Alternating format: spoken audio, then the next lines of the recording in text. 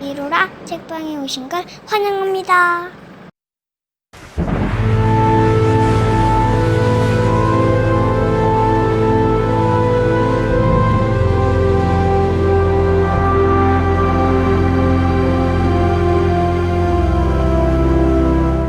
구독과 좋아요 많이 눌러주세요. 안녕하세요. 이루라 책방지기입니다. 자, 오늘은 많은 분들이 물어보시는 질문 중에 하나가 어떤 구조로 집을 지을까? 참 재밌게도 우린 집의 그 프라임에 따라서 집이 어떤 주택이냐 이렇게 나뉘어지죠.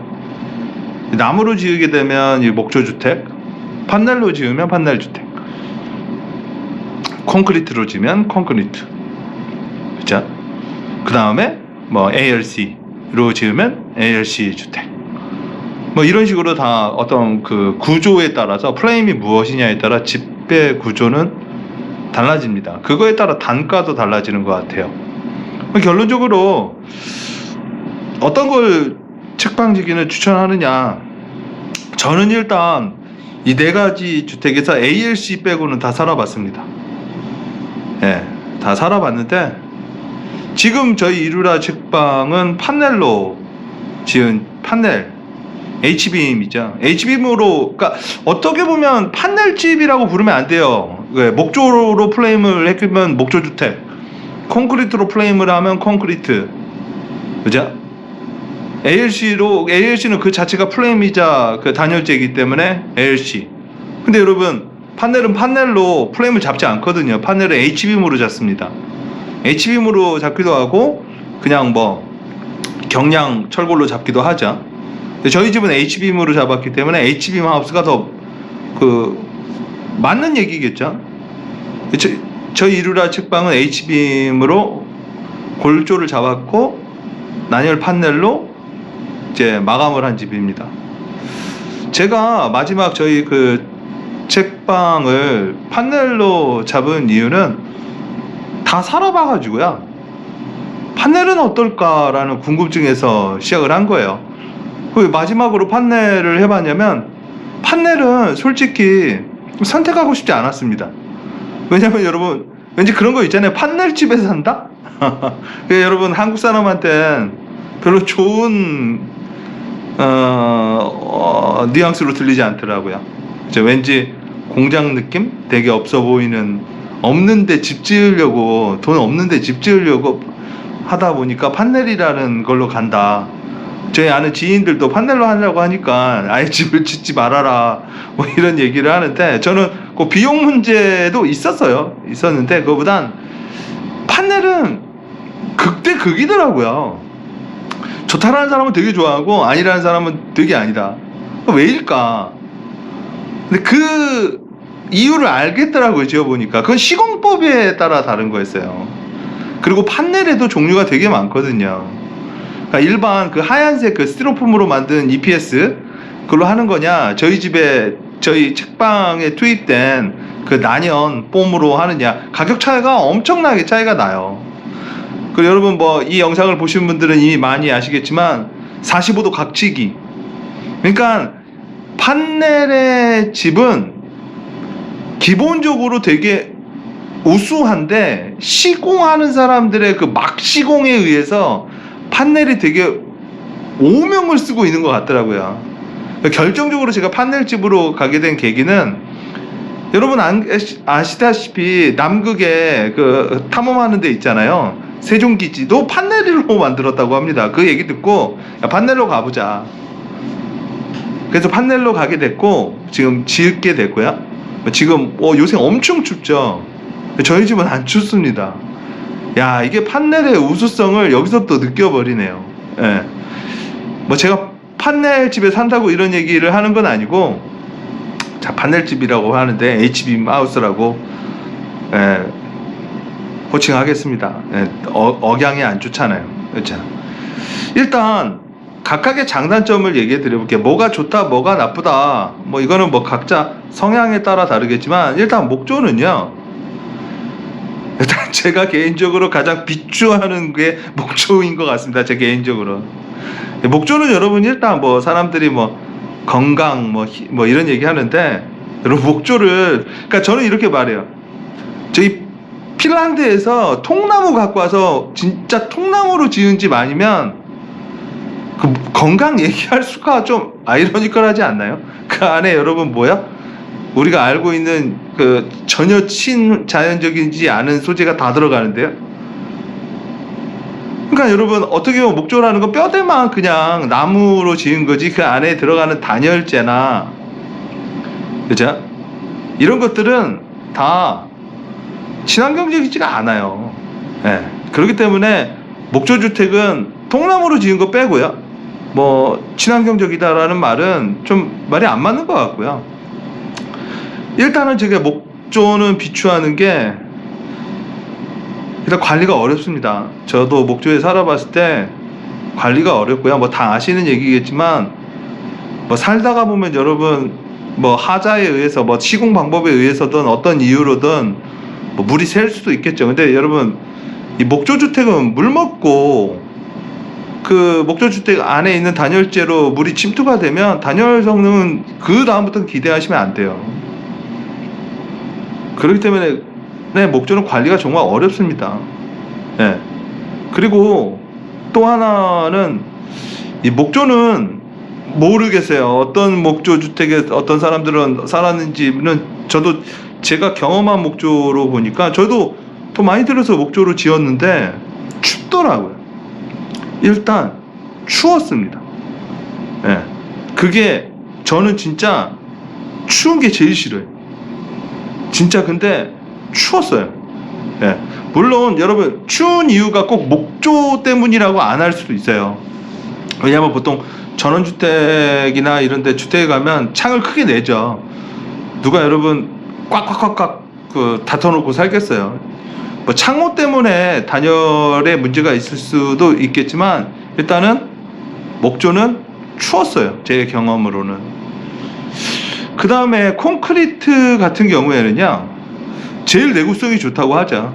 뭐 우리나라에서 제일 많이 짓는 게 콘크리트라고 하죠. 콘크리트 뭐 우리나라 많이 나와서 가격도 경쟁력이 있다고 합니다. 근데 콘크리트는 비용이 많이 들어요. 저희 이루라 책방도 절반은 콘크리트로 지은 거거든요. 우리 이루라 책방의 그 주택 부분은 H빔으로 되어 있지만, 이 주차장 저희는 두 동으로 나눠서 지은 거예요.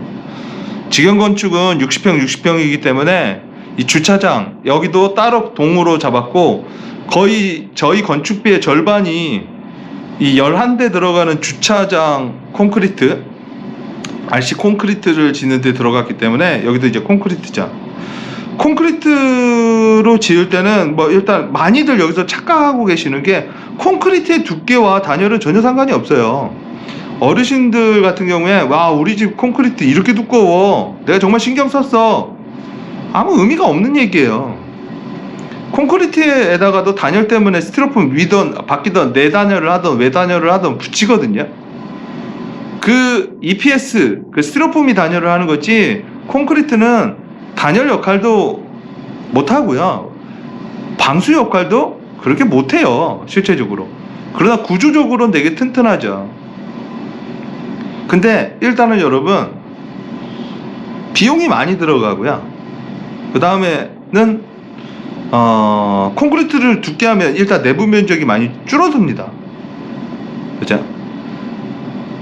결정적으로 제가 콘크리트를 비추하는 건, 콘크리트 두께에 판넬을 붙이면 일단은 면적을 잡아먹어요. 그리고 여러분 아시겠지만 콘크리트로 한다고 하면 저는 노출 콘크리트를 좀 추천을 해드립니다. 노출 콘크리트 하면, 전 노출 콘크리트 상당히 좋아하는 편이고, 저희 그 이루라 책방 주차장도 노콘 형태로 마감을 했거든요. 제가 옛날에 살던 집도 노콘이었고요. 저는 콘크리트에다가 외장에다가 뭘 또 막 붙이는 건 정말 아니라고 봐요. 예. 밖에 안 붙일 거면 내부에 붙여야 되잖아요. 그 내부에 붙이면 또 면적을 잡아먹고. 그래서 저는 콘크리트로 지은 그 감성은 되게 좋은데 가성비가 별로 좋은 것 같지 않아요. 자, 그 다음 ALC.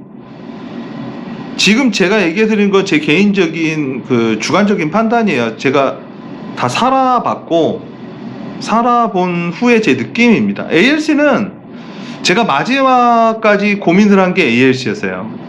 ALC냐 판넬이냐. 이 비용적 차원에서는 큰 차이가 없더라고요. 그래서 제가 ALC로 집을 사는 분한테 가서 이렇게 물어봤어요. 그분은 건축업자시고 ALC로 자기 집을 짓고 사시더라고요. 그러니까 여러분, ALC로 건축업자가 ALC 집으로 짓고 산다라는 거 의미하는 바가 크지 않겠습니까? 제 동네 살던 분이어가지고 제가 찾아뵙고 물어봤는데 뭐 결론적으로는 추천하지 않는데요.